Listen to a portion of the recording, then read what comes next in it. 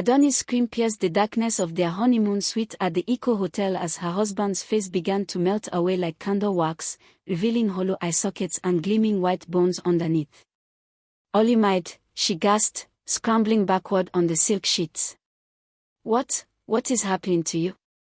The thing that had been her groom just hours ago tilted its skeletal head, and when it spoke, its voice echoed like wind through an empty tomb. "My dear wife, you have seen too much too soon. I had hoped to keep this form a little longer." Before Adunni could process what was happening, the creature's bones began to reform, flesh appearing like smoke until Olumide's handsome face returned. He smiled that same charming smile that had won her heart 8 months ago at the Ibadan Computer Training Center where they met. "You must be tired, my love," he said softly, reaching for her trembling hand. "The wedding preparations were exhausting. Perhaps you had a nightmare." But Adunni's eyes remained wide with terror. She had not been dreaming. She had watched her husband of 6 hours transform into a skeleton and back again. Her grandmother's warnings echoed in her mind, "Ayé Ló M'Ẹni, my child. The world deceives. Not every man who seeks your hand seeks your good." I need some air," she whispered, wrapping the hotel robe around her shaking body. As she stepped onto the balcony overlooking the busy Lagos streets below, her phone buzzed. A text from her younger sister Bukola. "Sister, Mama wants to know if you're happy. We're all praying for you." Adunni stared at the message, her fingers trembling. How could she possibly explain what she had just witnessed? Who would believe that her perfect husband, the software engineer who had courted her family with expensive gifts and sweet words, was something that shouldn't exist in their modern world? Behind her, she heard Olumide moving around the room, humming a tune she didn't recognize. The melody seemed to float on the night air like a spell, and despite her fear, she felt herself being drawn back inside. "Come back to bed, Adunni," his voice called, smooth as honey. "Tomorrow we fly to Dubai for our honeymoon proper. Tonight should be about us." She turned to find him standing in the doorway, looking every inch the successful man she had fallen in love with. His dark skin gleamed in the lamplight, his smile was warm and inviting. Yet now she noticed things she had somehow missed before, how his eyes never quite seemed to focus on anything real, how his shadow seemed shorter than it should be, how he never ate the food at family gatherings, only moved it around his plate. What would you do if your groom turned out to be a spirit?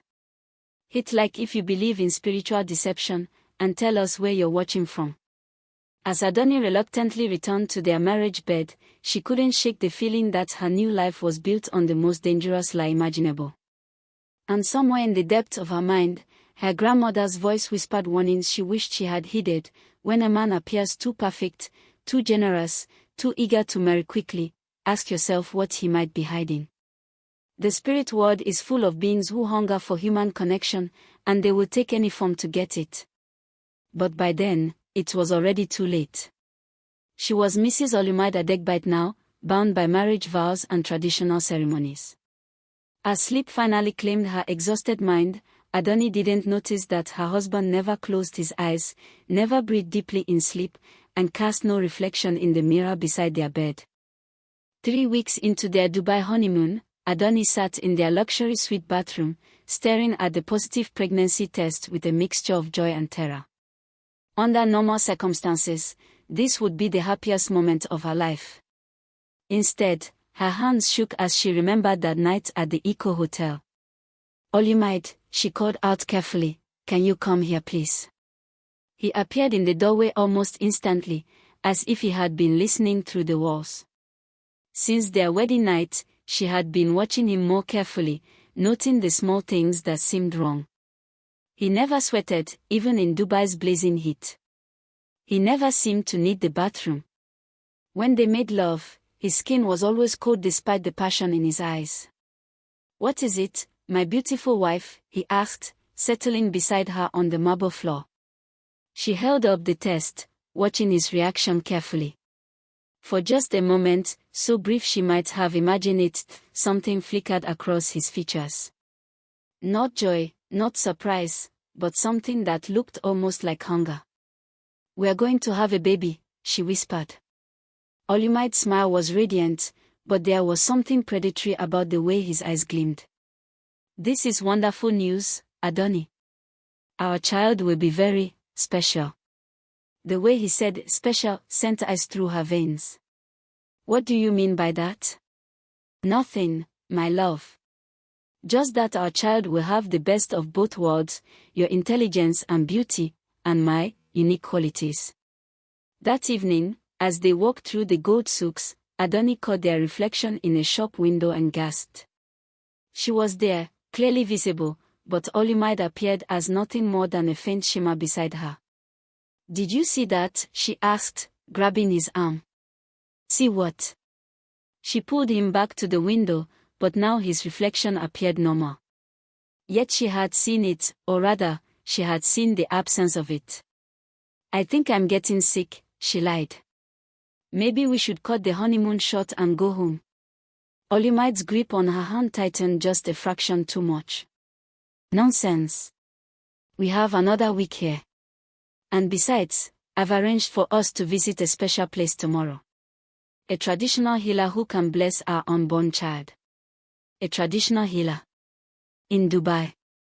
"There are practitioners of old arts everywhere, my dear. This woman comes highly recommended for unusual circumstances." That night, as Olumide slept beside her, if what he did could be called sleeping, Adunni quietly called her mother in Ibadan. "Mama, I need to ask you something," she whispered into the phone. "When you met Olumide, did anything seem strange about him?" Her mother, Alhaja Rashidat, was quiet for a long moment. "Adunni, why are you asking this now? You're supposed to be on your honeymoon. Please, Mama. Just answer me." "Well, your father mentioned that Olumide never came to the house during daylight hours for the traditional meetings. Always in the evening. And Mama Agba said she couldn't feel his presence the way she usually feels people's souls. But we thought she was just getting old." Mama Agba was Adunni's great-grandmother, 93 years old and known throughout their neighborhood for her spiritual sensitivity. "Mama, I think." "Adunni." Olumide's voice made her jump. He was sitting up in bed, though she hadn't heard him wake. "Who are you talking to at this hour?" Just Mama. Telling her about the baby." He held out his hand for the phone. "Let me speak with her." With trembling fingers, Adunni handed over the phone. She watched as Olumide spoke warmly with her mother, his voice full of love and respect. Yet something in his eyes remained cold, calculating. After he hung up, he pulled her close. "You seem nervous, my wife. Is everything all right?" "I'm fine. Just pregnancy hormones, I think. Tomorrow's visit will help calm your nerves." The healer I mentioned, she specializes in spiritual protection for unborn children. Especially children who might be caught between worlds. Adunni's blood ran cold. "What do you mean, caught between worlds?" But Olumide had already turned away, and within moments, he was breathing the steady rhythm of sleep. Except Adunni now knew he wasn't really sleeping at all. As dawn broke over Dubai, she made a decision. Tomorrow, she would find out exactly what kind of creature she had married. And if her suspicions were correct, she would need to find a way to protect not just herself, but the child growing inside her, a child that might be half human, half spirit, caught in a supernatural war she was only beginning to understand. The traditional healer's shop was hidden in old Dubai's back streets, wedged between a spice merchant and a textile store. The sign above the door was written in Arabic script that seemed to shimmer when Adunni looked at it directly. "This is the place," Olumide said, his voice tight with something that might have been anticipation. Inside, the air was thick with incense and something else, something that made Adunni's skin crawl. Shelves lined the walls, filled with jars containing things she didn't want to identify. At the back of the shop sat an ancient woman whose eyes were milky white with cataracts. "Oh," the woman said without looking up from the cowrie shells she was arranging on a wooden table. The spirit and his human bride. I wondered when you would come. Adunni's breath caught. What did you say? The old woman finally raised her head, and despite her blindness, her gaze seemed to pierce straight through Adunni's soul. Child, did you think I could not sense what your husband truly is? The dead have their own scent. Olumide stepped forward, and for the first time since their marriage, Adunni heard anger in his voice. Old woman, be careful with your words. Or what? The healer laughed, a sound like dry leaves rustling. You curse me. Child, I am protected by powers older than whatever grave you crawled out of. Adunni backed toward the door, her hand instinctively moving to her still flat belly. Olumide, what is she talking about? She's a mad old woman, he said, but his handsome face was twisting into something ugly. We should leave. Oh no, the healer said, standing with surprising speed. The girl needs to know what grows inside her. Sit, child. Both of you. Something in the woman's voice compelled obedience. Adunni found herself sinking into a chair, while Olumide remained standing, his hands clenched into fists. The healer scattered the cowrie shells across the table, studying their pattern. Your husband died 18 months ago in a car accident on the Lagos-Ibadan Expressway. But death was not ready to claim him, not when he had such hunger for life, for love, for the warmth of human connection. That's impossible, Adunni whispered, but even as she said it, she remembered how Olumide had appeared in her life so suddenly, how he'd had no old friends, no childhood stories, no photographs from before their meeting. The spirit who guard the boundary between life and death made him a bargain, the healer continued. He could return to the world of the living, take human form, and experience all the pleasures he'd been denied by his early death. But only for a limited time, and only if he could bind himself to a human soul through marriage and progeny. Adunni's hand flew to her stomach. The baby will be his anchor to this world. Half human, half spirit. If the child is born, your husband can remain in human form indefinitely. If not, the healer shrugged. He returns to whatever waits for him in the afterlife. This is ridiculous, Olumide snarled, but his form was beginning to shimmer around the edges, like heat waves rising from hot asphalt. Is it? The healer reached under her counter and pulled out a newspaper clipping, yellowed with age. Car crash claims young software engineer's life. Olumide Adegbite, age 28, died instantly when his vehicle collided with a truck near Sagamu. Survived by his elderly parents in Abeokuta. Adunni stared at the clipping, at the photograph of the man she had married, the same face she kissed goodnight every evening. His parents, but they were at our wedding. Were they? The healer asked. Or did you simply see what he wanted you to see? The shop seemed to spin around Adunni. She remembered the wedding, remembered meeting Olumide's family. But now that she thought about it, their faces seemed blurry in her memory, indistinct. They had been warm and welcoming, but had they been real? Comment your thoughts on this betrayal. I need to go home, Adunni whispered, standing on unsteady legs. I need to see Mama Agba. Your great-grandmother already knows, the healer said gently. Why do you think she couldn't feel his presence? The very old ones, they remember the old ways, the old dangers.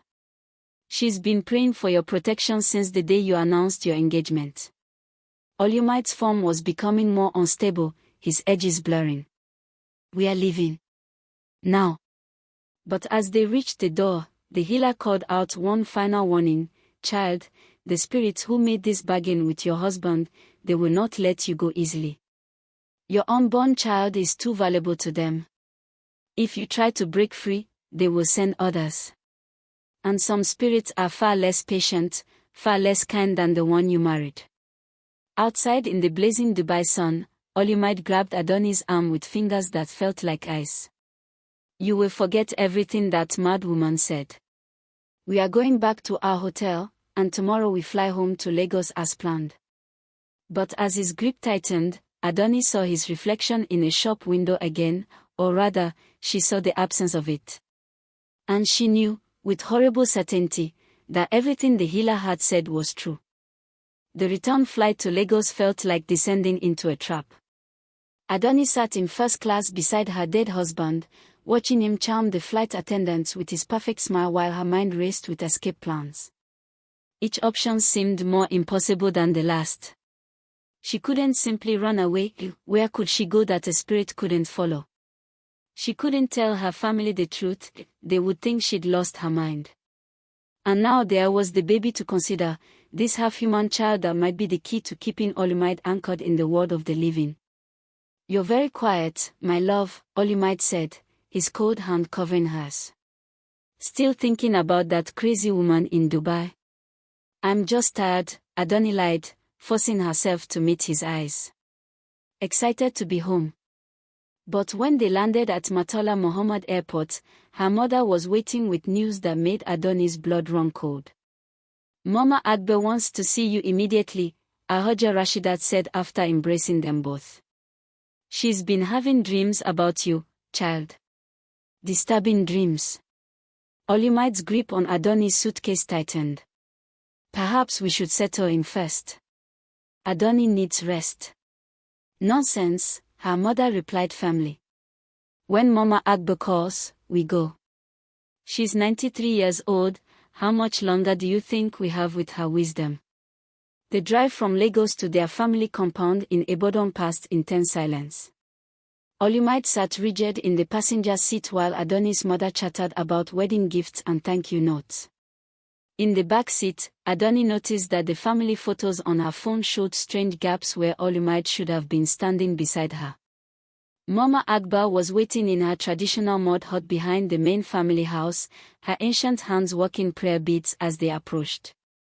When Olumide tried to enter behind Adunni, the old woman held up one weathered palm. "The dead may not enter here," she said in Yoruba, her voice carrying the authority of 9 decades. "Only the living are welcome in this sacred space." "Mama Agba," Adunni's mother protested, "what are you saying? Olumide is Adunni's husband. That thing wearing a man's face is not her husband," the old woman replied, her clouded eyes fixed on Olumide. "It is an obiku, a spirit child that refuses to stay in the land of the dead." Olumide's carefully maintained composure cracked slightly. "Old woman, you speak of things you don't understand. Don't I?" Mama Agba struggled to her feet, reaching for a clay pot filled with palm wine and honey. She dipped her fingers in the mixture and flicked droplets toward Olumide. Where the blessed liquid touched him, his skin sizzled and steamed like water on hot metal. He stumbled backward with a sound that was more animal than human. "Olumide!" Adunni cried out, instinctively moving toward him. "Stay back, child," Mama Agba commanded. "See how he reacts to the blessing of the ancestors. No living man would be harmed by palm wine and honey offered in prayer." Adunni's mother stood frozen in shock as Olumide's handsome features began to blur and shift. What is happening?" 20 years I've lived in this family," Mama Agba said sadly, helping Adunni into the hut. 20 years I've protected you all from the spirits that hunger for human warmth. But you stopped listening to the old warnings. You forgot that the dead sometimes refuse to stay buried." Inside the hut, surrounded by ancient symbols carved into the mud walls, Adunni finally broke down. "Mama Agba, I'm pregnant. What kind of child am I carrying?" The old woman's expression softened with pity. "A dangerous one, my child. Half-human children born of spirit unions, they belong fully to neither world. They grow up caught between life and death, often becoming bridges for other spirits to enter our realm. Can you help me?" "Perhaps. But first, tell me, do you love this dead man who deceived you?" Adunni considered the question carefully. She had loved Olumide, the charming, attentive man who had courted her so perfectly. But that man had never existed. Everything she'd fallen in love with had been an illusion, a mask worn by something desperate to taste life again. "No," she whispered. "I love the lie. Mama Agba nodded approvingly. Good. Love makes this type of spiritual binding much stronger. Since you see the deception clearly, we have a chance to break it. Outside, they could hear Olumide pacing and calling Adunni's name, his voice taking on an otherworldly echo that made the chickens scatter in panic. What must I do? Adunni asked. First, you must never be alone with him again. Spirits grow stronger through intimate contact with the living. Second, we must consult the Ifa oracle to understand the exact nature of his binding to this world. And third, Mama Agba's voice dropped to a whisper, you must decide what to do about the child. What do you mean? As long as that half-spirit child grows inside you, your husband has a claim on this world. But if something were to happen to the pregnancy? Adunni's hand moved protectively to her belly. Despite everything, despite knowing the child's supernatural nature, she couldn't imagine deliberately ending its life. There might be another way, Mama Agba said, reading her expression. But it would require great courage, and greater sacrifice. Are you prepared to risk everything to free yourself from this spiritual deception? Before Adunni could answer, the walls of the hut began to shake, and Olumide's voice rose to an inhuman howl of rage and hunger that echoed across the compound. The compound erupted in chaos as Olumide's true form began to manifest. Windows rattled in their frames, and the family's livestock cried out in terror as an unnatural wind whipped through the courtyard. What is that sound? Adunni's mother screamed, covering her ears as Olumide's voice took on multiple tones, like several people speaking at once. The mask is sleeping, Mama Agba said grimly, pulling out a leather pouch filled with protective herbs. He can no longer maintain human form in the presence of blessed ground. Everyone, get inside the main house. Now. But as the family scattered for shelter, Adunni saw something that made her blood freeze. Other figures were materializing in the shadows around the compound, pale, translucent forms that moved with predatory grace. Mama Agba, she whispered, we are not alone. The old woman followed Adunni's gaze and cursed in ancient Yoruba. The spirit caught. They've come to collect what they believe is owed to them. Through the supernatural wind, Olumide's voice carried clearly, Adunni. My wife. Come to me now, and no harm will come to your family. Refuse, and I cannot control what my companions might do to these mortals who harbor you. From inside the main house, Adunni could hear her younger sister Bukola crying, her father shouting prayers, her mother calling for her. These were the people who had raised her, loved her, celebrated her marriage just weeks ago. Now they were in danger because she had been foolish enough to trust a dead man's love. I have to go to him, she said, moving toward the door. No. Mama Agba grabbed her arm with surprising strength. That's exactly what he wants. The moment you step onto unblessed ground, he can take you, and the child, back to the spirit realm. You'll be lost forever. But my family. We'll be fine if we're smart about this. The old woman was already moving, gathering items from various hiding places around the hut. There are rules that govern spiritual contracts, even ones made in deception. We just need to remind these spirits what those rules are. She handed Adunni a small mirror backed with polished obsidian. Hold this facing outward. Spirits hate to see their true forms reflected. Then she opened her door and stepped boldly into the courtyard, her 93-year-old frame suddenly radiating power that made the air around her shimmer. Olumide Adegbite, she called in a voice that carried over the supernatural wind, or whatever spirit wears his face, I invoke the ancient law of contractual marriage. This union was made under false pretenses. The bride was deceived about the nature of her groom. By the old laws, she has the right to dissolution. The wind stopped abruptly, and Olumide's form solidified into something that was almost human but not quite. His eyes were too bright, his smile too wide, his movements too fluid.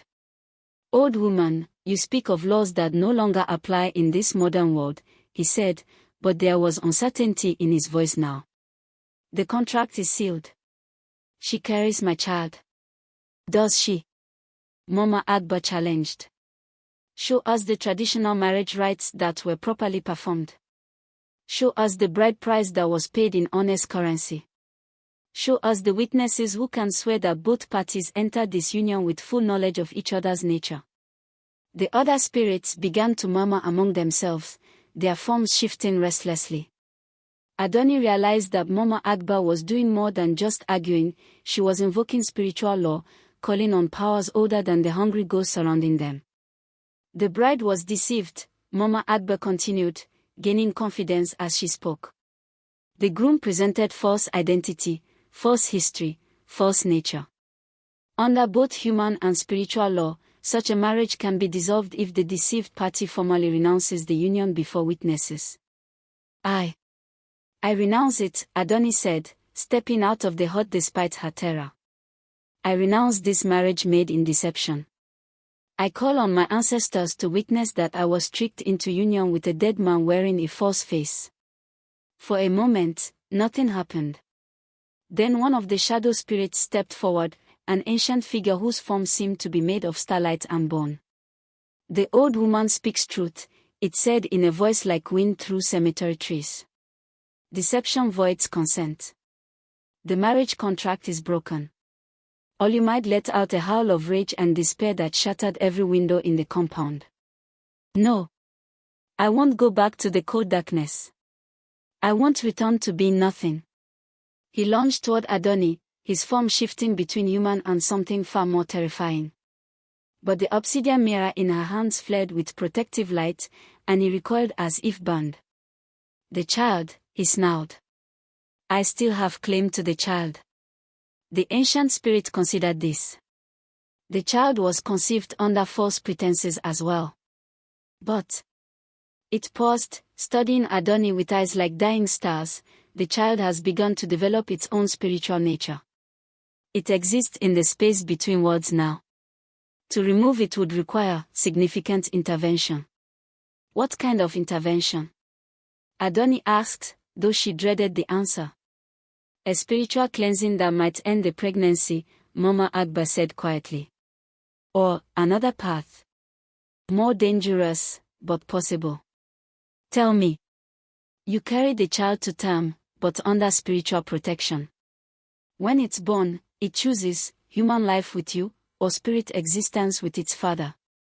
Children born between worlds have that right of choosing. Olumide's form was becoming more translucent by the moment as his connection to the human world weakened. You would gamble with my child's life. I would give my child the choice you never gave me, Adunni replied firmly. The ancient spirit nodded approvingly. So be it. The pregnancy continues under ancestral protection. When the child is born, it will choose its own nature. Until then, Olumide Adegbite, you return to the realm of the dead. Your time in the world of the living is ended. As the spirits began to fade, taking Olumide's screaming form with them, Adunni sank to her knees in the courtyard, finally understanding the full price of trusting a beautiful lie. But her ordeal was far from over. Now she faced 7 months of pregnancy while carrying a child caught between worlds, a child that powerful spirits would kill to possess. 6 weeks after the spiritual confrontation, Adunni had moved back into her parents' compound in Ibadan, but the peace was fragile. Her pregnancy was showing now, and with it came strange occurrences that made the entire family nervous. Electronics malfunctioned around her. Food spoiled quickly in her presence. Sometimes, late at night, neighbors reported hearing conversations coming from her room, though she swore she was alone. The child is restless, Mama Agba explained during one of their weekly consultations. It senses that it doesn't fully belong to either world yet. This creates disturbances. Adunni sat in the old woman's hut, her hands resting on her growing belly. Yesterday, I felt it move, and all the mirrors in the house cracked at the same time. Mama is terrified that the neighbors will start asking questions. They already are, Mama Agba admitted. Mrs. Ogundipe has been telling people that strange things happen wherever you go. She thinks you're cursed. The social pressure was becoming unbearable. Women who had congratulated her on her marriage now crossed to the other side of the street when they saw her coming. Children were forbidden from playing near the family compound. Even at the local market, vendors would serve her last, handling her money as if it might burn them. "I can't live like this for 7 more months," Adunni said, fighting back tears. "Maybe I should consider the spiritual cleansing Mama Agba mentioned. End the pregnancy and try to return to normal life." "Normal life ended the day you married a dead man," a new voice said from the doorway. Adunni turned to see a young woman about her own age, elegantly dressed in traditional Yoruba attire but with an otherworldly quality to her movements. Her skin seemed to shimmer slightly, as if lit from within. "Who are you?" Adunni demanded. "My name is Folklore. I was in a situation very similar to yours, 3 years ago." Mama Agba struggled to her feet, studying the newcomer with suspicious eyes. "You're not entirely human, are you, child?" Folklore smiled sadly. "No, Mama. Not entirely. But not entirely spirit either. I'm what happens when someone like Adunni chooses to keep the child." Adunni's breath caught. "You married a spirit. What happened?" "I fell in love with what I thought was a wonderful man. Turned out he was a water spirit who had taken human form to experience mortal love. When I discovered the truth, I was already pregnant. Like you, I had to choose. And you kept the baby." "I did.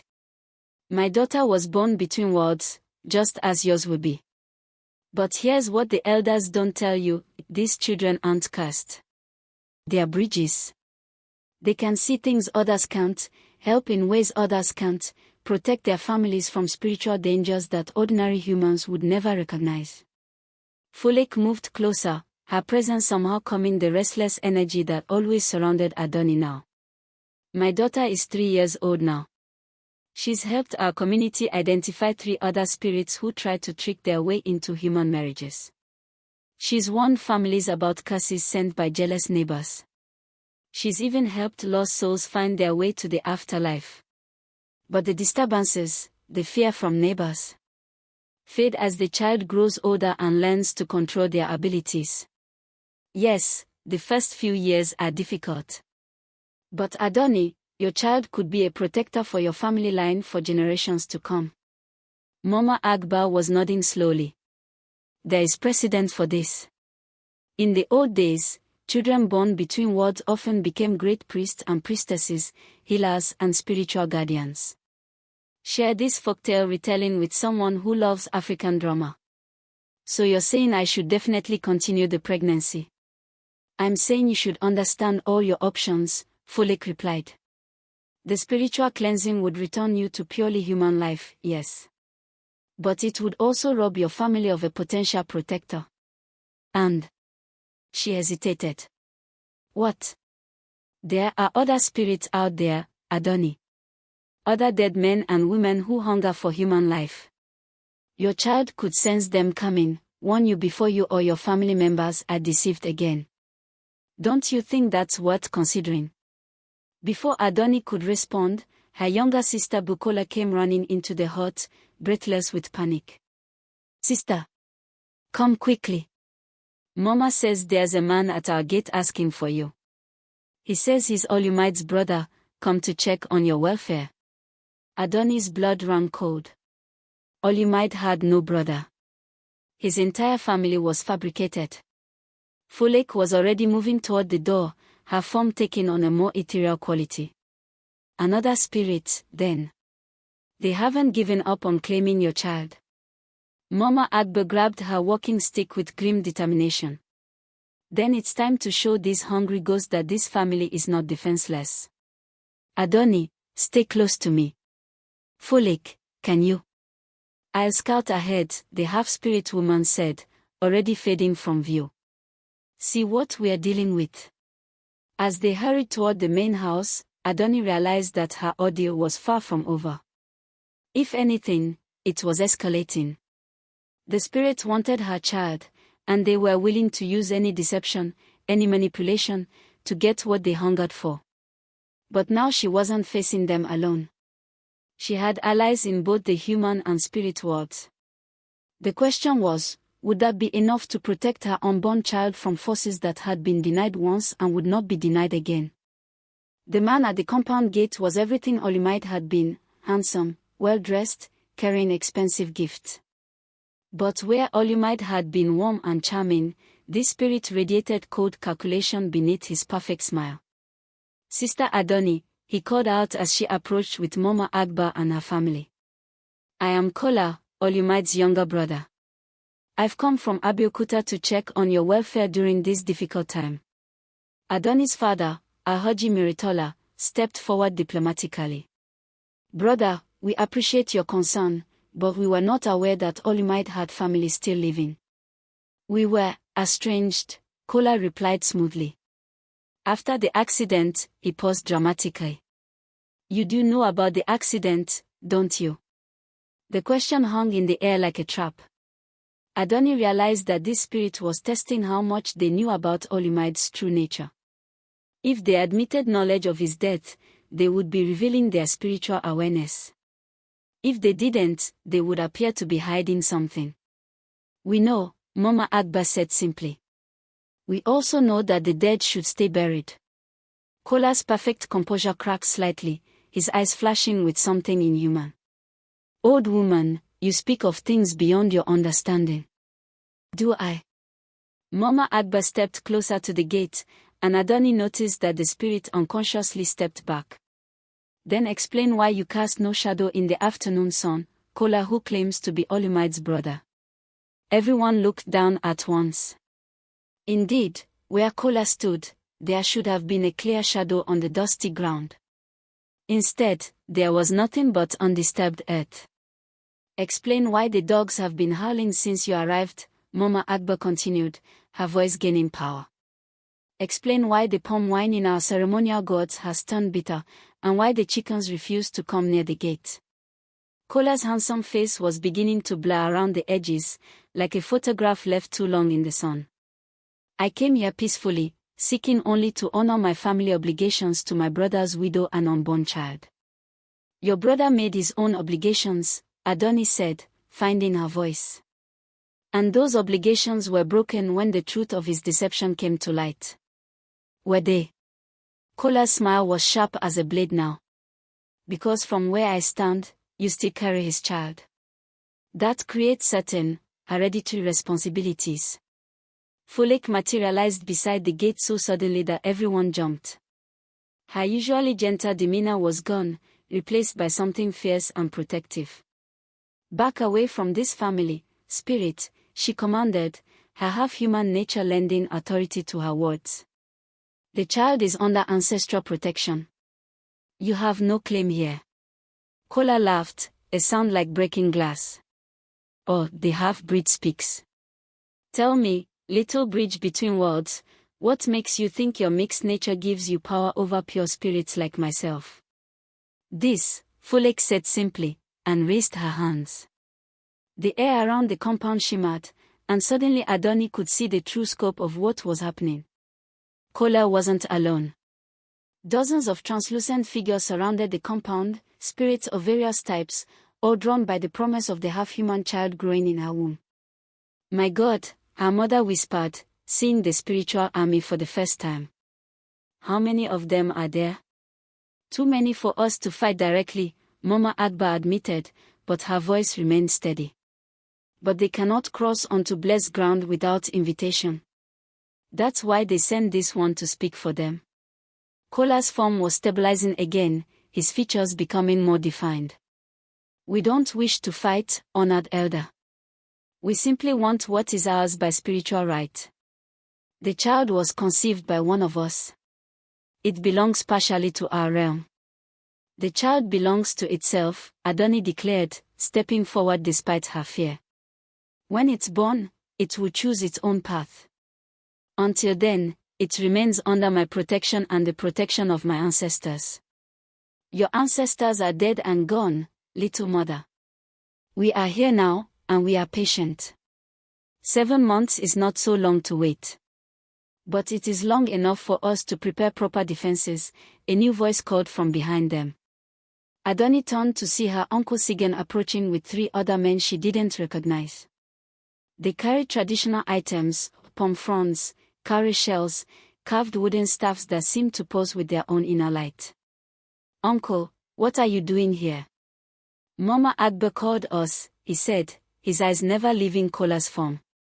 "These are my fellow priests from the Ifo temple in Oyo. We've come to establish a proper spiritual barrier around this compound." Kola's perfect composure finally cracked completely. "You would turn this into a war, priest?" "You turned it into a war when you decided to hunt a pregnant woman," Uncle Sigen replied calmly. "We are simply responding appropriately." As the priest began to unpack their ceremonial items, Kola's form started to fade. But his voice carried clearly across the courtyard, "This isn't over. The child will need to be born somewhere, and it cannot stay on blessed ground forever. We will be waiting." After the spirits melted back into whatever realm they had come from, Adunni sank onto a wooden bench, overwhelmed by the reality of her situation. 6 months, she said quietly. 6 months until the baby comes, and they'll be watching every moment, waiting for their chance. Then we have 6 months to prepare, Uncle Sigen said firmly. To strengthen our defenses, to gather our allies, and to teach you how to protect yourself and your child. Folklore knelt beside her, taking her hand. It won't be easy.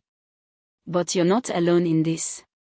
There are more of us than you know, humans who faced spiritual deception, have spirits who understand both worlds, priests and priestesses who remember the old ways of protection. What if it's not enough? Adunni asked. Then we'll find a way to make it enough, Mama Agba said with fierce determination. No child born into this family will be surrendered to hungry ghosts. Not while I still draw breath.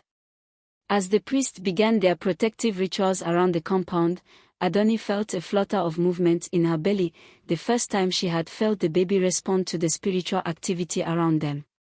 For a moment, she wondered if it was fear or excitement that moved the child. Then she realized, perhaps it was neither. Perhaps it was recognition. The child knew its nature, knew the forces that wanted to claim it, and was preparing for the battle to come. The thought should have terrified her. Instead, for the first time in weeks, Adunni felt a spark of hope. Whatever her child was becoming, it was already showing signs of being a fighter. 3 months later, Adunni's belly had grown round and full, but the spiritual attacks had grown subtler and more dangerous. Rather than direct confrontation, the spirits had turned to infiltration and psychological warfare. It started with dreams, vivid nightmares where Olumide appeared to her as she had first known him, handsome and loving, begging her to come away with him and their child. She would wake screaming, and Mama Agba would have to burn protective herbs to clear the spiritual residue from her room. Then came the false friends. Women from neighboring compounds would visit, offering help and advice about her pregnancy. But Folklore had taught Adunni to recognize the signs, how their voices echoed strangely, how they never ate or drank anything offered to them, how mirrors would crack or fade when they looked into them. Mrs. Adebayo came by again today, Adunni told Mama Agba during one of their evening consultations. She brought baby clothes and offered to help with the delivery. But when I looked at her shadow, it was moving independently of her body. Another spirit scout, Mama Agba confirmed grimly. They are trying to position themselves to be present when the child is born. The moment of birth is when the baby will be most vulnerable to spiritual influence. The stress was taking its toll. Adunni had lost weight everywhere except her belly, her sleep was plagued by supernatural intrusions, and her family walked on eggshells around her, afraid that any emotional upset might somehow harm the baby or invite more spiritual attention. But the worst came on a Thursday evening when Bukola ran into the house screaming, Sister! Sister! Come quickly! There's someone here who says they're your real husband." Adunni's blood turned to ice. She struggled to her feet, her pregnancy making her movement slow and clumsy, and followed Bukola to the front of the compound. Standing at the gate was Olumide, but not the spirit version she had banished months ago. This looked exactly like the man she had first met at the computer center in Ibadan. Same clothes, same smile, same warm eyes that had made her fall in love. Adunni, my darling, he called out, his voice carrying perfectly normal human emotion. Thank God I found you. I've been looking for you for months. Her father stepped forward suspiciously. Who are you? What do you want? I'm her real husband, sir. Olumide Adegbite. I know this must be confusing, but I can explain everything. You're dead, Adunni said flatly. I saw the newspaper article about your accident. That's what everyone thought, this new Olumide replied, his voice breaking with apparent emotion. But I was in a coma for 8 months. When I woke up, I discovered that some kind of spirit had been impersonating me, living my life, even marrying the woman I loved. The story was plausible enough to create doubt. Adunni found herself staring at this version of Olumide, noting the subtle differences. This one seemed more solid, more genuinely present. When he moved, his shadow moved with him. When he spoke, dogs didn't howl in the distance. Prove it, Mama Agba said, approaching the gate with her walking stick. If you're truly human, you can enter blessed ground. Without hesitation, this Olumide stepped through the gate and into the compound. Nothing happened. No supernatural wind, no cracking mirrors, no signs of spiritual disturbance. Adunni, he said, moving closer, I know how crazy this must sound. But I love you. I've been searching for you since the moment I woke up in that hospital bed. When I learned what that thing did, impersonating me, tricking you into marriage. His eyes filled with tears that looked completely genuine. I just want to make things right. Don't forget to like, subscribe, and turn on notifications for more gripping African folktales. What do you think happens next? Comment below. Adunni felt her resolve wavering. This version of Olumide felt real in ways the spirit never had. His presence was warm instead of cold, comforting instead of unsettling. And if he was telling the truth? The baby, she said quietly. If you're really human, then this child is fully human too, he finished. Our child, conceived in love, not spiritual deception. But Folek appeared beside them, her expression troubled. Adunni, be very careful.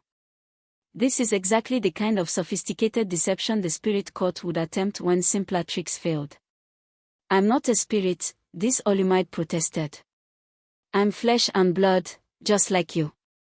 Look, he pulled out his phone, showing her pictures, videos, even what appeared to be medical records from his time in the coma. Documents can be fabricated, Uncle Sigen said, emerging from the main house with 2 of his fellow priests. Especially by spirits who have had months to plan this deception. Then test me, Olumide challenged. Use whatever spiritual methods you want. I'll prove I'm human. The priest exchanged glances. This was unprecedented, a supposed spirit actively inviting spiritual testing.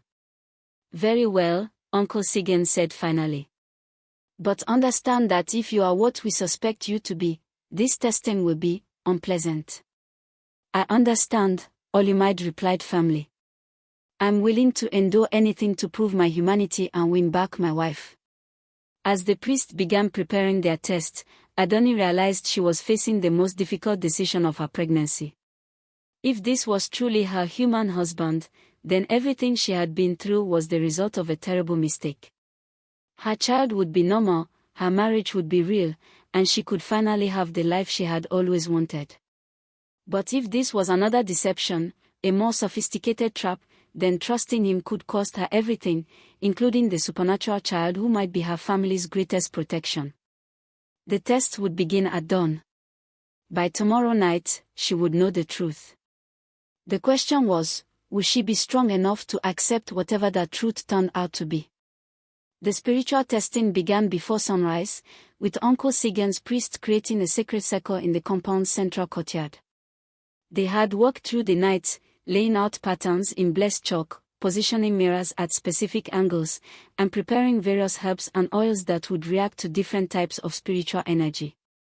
Adunni sat in the shade with Mama Agba, her hands resting on her swollen belly as they watched the preparations. The baby had been unusually active all night, as if sensing the approaching confrontation. "How will we know for certain?" she asked the old woman.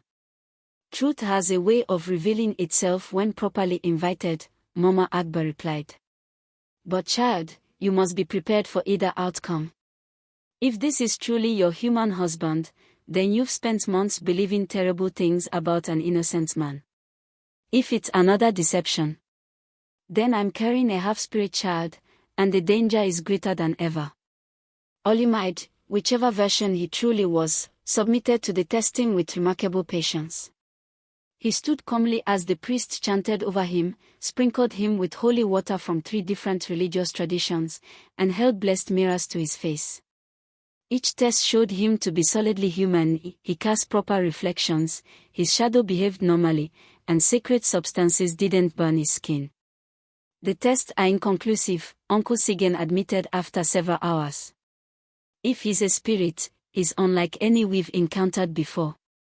But Folek, who had been observing silently from the edge of the courtyard, suddenly stepped forward. "There's one more test we haven't tried." She approached Adunni, her expression serious. "Your child, it's been moving more today than usual, hasn't it?" "Yes. Almost constantly since the testing began. Half-spirit children can sense their own kind, even in the womb. If this man is the same spirit who fathered your child, the baby should recognize him. But if he's truly human, the child would react differently." "Exactly." Folek looked toward Olumide, who had been listening to their conversation. "Are you willing to try this test?" He nodded without hesitation. "Of course. Anything that will prove my humanity and my right to be with my wife and child." Adunni felt a flutter of doubt at his ready agreement. Would a human man be so calm about being tested by supernatural means? Or would a sufficiently sophisticated spirit know that eagerness to be tested would seem more human than resistance? "Place your hand on her belly," Folek instructed. "Speak to the child. If you're its father, human or spirit, it will respond." Olumide approached slowly, his eyes locked on Adunni's face. "May I?" he asked gently. She nodded, though her heart was racing.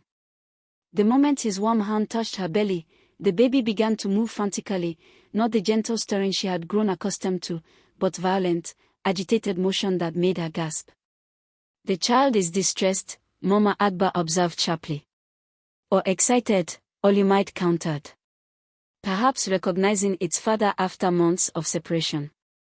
But as he spoke, something strange happened. His voice seemed to echo slightly, and for just a moment, his features blurred as if seen through heat waves. "Did you see that?" Adunni asked Folek. "I saw," the half-spirit woman replied grimly. "But I need to be certain." She moved closer, studying Olumide with eyes that seemed to look beyond the physical realm. "You're very good," she said quietly. "Better than any spirit I've encountered. But you made one mistake." "What mistake?" he asked, but there was something different in his tone now, less warmth, more wariness. "You assumed that a half-spirit child would be happy to see its spirit father. But you don't understand the nature of children born between worlds." Folek's voice carried growing confidence. "They don't want to be claimed by either realm. They want to choose for themselves. This child isn't welcoming you, it's fighting against your influence." As if to confirm her words, Adunni suddenly doubled over in pain as the baby's movements became even more violent. "Stop," she gasped. "Whatever you're doing to my child, stop." But instead of pulling his hand away, Olumide's grip on her belly tightened. His handsome features began to shift and blur more obviously now, revealing glimpses of the skeletal form beneath. "The child belongs to the spirit realm," he said, his voice taking on that familiar otherworldly echo. "It was conceived by one of us, carried by one of you. It is the perfect bridge we need." You're not Olumide, Adunni realized, struggling to break free from his grip. You're not even the same spirit who pretended to be my husband. No, the creature admitted, its false face melting away entirely. I am something far older, far more powerful. The young fool who played at being your husband was merely a scout. I am here to collect what was promised to our realm. The compound erupted in chaos as the spiritual protections began to activate. The blessed chalk patterns fled with protective light, the mirrors cracked and reformed, and the very air seemed to thicken with competing energies. Uncle Sigen and his fellow priests began chanting in ancient Yoruba, calling on ancestral powers to drive out the invading spirit. But this entity was stronger than anything they had faced before. You cannot stop what has already begun, it snarled, its form now completely inhuman, a shifting mass of shadow and bone and hungry light. The child will be born soon, and when it is, it will choose the realm of its father over the weakness of human mortality. No, Adunni said, finding strength she didn't know she possessed. My child will choose for itself, without manipulation from spirits who traffic in deception and lies. But as she spoke, she felt something shift inside her, a familiar tightening that she recognized with horror. Mama Agba, she gasped, I think the baby is coming. The old woman's eyes widened. Not now. Not like this. The child needs to be born in safety, not in the middle of a spiritual battle. But nature had its own timing. As the ancient spirit pressed its attack and the protective barriers fled around them, Adunni felt the first real contraction hit her like a wave of fire. Her supernatural child had chosen this moment, the height of spiritual warfare, to make its entrance into the world. Labor came fast and fierce, as if the child was eager to escape the spiritual chaos surrounding its mother. Adunni found herself on her knees in the sacred circle, with Mama Agba and her mother supporting her as the ancient spirit pressed its attack against the weakening barriers. The birth will create a temporary rift between worlds, Folklore shouted over the supernatural wind that was now howling through the compound. When the child emerges, both realms will be able to influence it directly. Uncle Sigen and his fellow priests were chanting desperately, trying to maintain the protective barriers while simultaneously preparing for the child's arrival. But the ancient spirit was too powerful, its hunger too great. You feel it, don't you? It taunted, its shadow form pressing against the failing barriers. The child knows its true nature. It wants to come to us, to embrace the power it will have in the spirit realm. But as another contraction seized Adunni, she felt something unexpected. The baby's movement wasn't random or panicked. It was purposeful, almost communicative. And what it was communicating wasn't fear or confusion, but determination. The child, she gasped between contractions, it's not afraid. It's fighting. Fighting what? Her mother asked, wiping sweat from Adunni's forehead. Fighting the influence. Both sides. It doesn't want to be claimed, it wants to choose. Mama Agba's ancient eyes lit with understanding. Of course. Children born between worlds have the strongest will of all. They have to survive existing in both realms. The final contraction came with the force of an earthquake, and suddenly the baby was there, slippery, crying, undeniably alive. But as Mama Agba lifted the newborn, everyone in the courtyard gasped.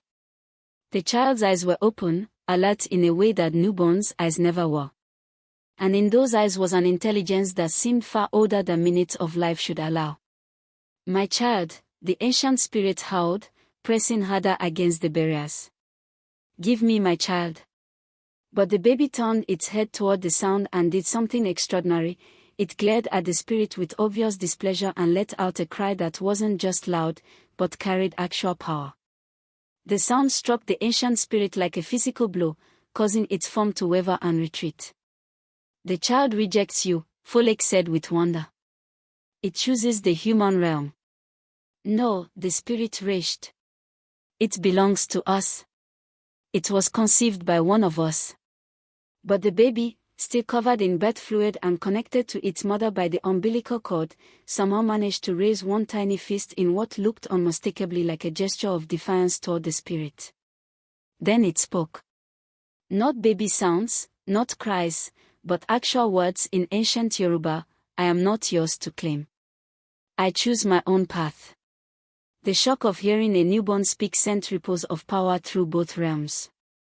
The spiritual barriers didn't just strengthen, they transformed, becoming less like walls and more like doors that the child could open or close at will. "The child has chosen," Uncle Sigen said with awe.